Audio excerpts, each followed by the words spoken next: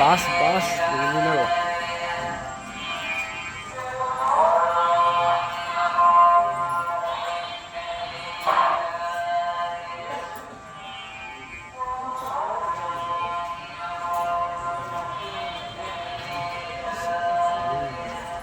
ఏం బాబాయ్ అవుతుందా నడిచాక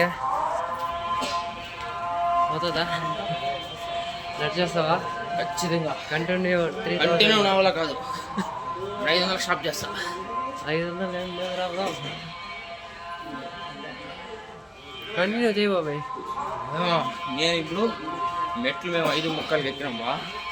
గోవింద వేడుకుంటున్నాడ 5:30కి ఇప్పుడు 5:30కి స్టార్ట్ చేసి అలిపిరి కాడ